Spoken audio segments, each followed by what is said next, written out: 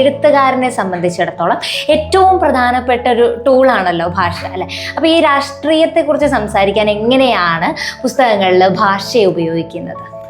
ഭാഷയെ ഉപയോഗിച്ച് ഇപ്പം ഈ പർട്ടിക്കുലർ ആയിട്ടുള്ള ഉദാഹരണം പറയുകയാണെങ്കിൽ അതിൽ വേശ്യ എന്ന് പറയുന്ന വാക്ക് ജനറൽ ന്യൂട്രൽ ആയിട്ടുള്ളൊരു വാക്കാണെന്ന് ഞാൻ എവിടെയും വായിച്ചിട്ടില്ല, എന്നോട് ആരും പറഞ്ഞു തന്നിട്ടില്ല.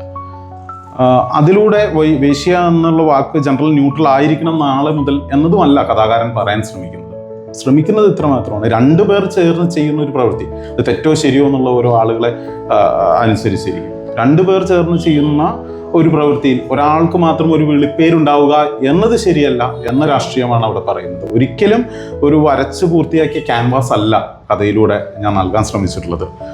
ആർക്കും വരയ്ക്കാൻ ആയിട്ടുള്ള ക്യാൻവാസ് അവരുടെ ഹൃദയമാണ്, അത് ഉണ്ട്. അതിൻ്റെ ഉള്ളിലേക്ക് വരയ്ക്കാനുള്ള കുറച്ച് ചായങ്ങൾ, നിറങ്ങൾ നൽകുക എന്നുള്ളതാണ്.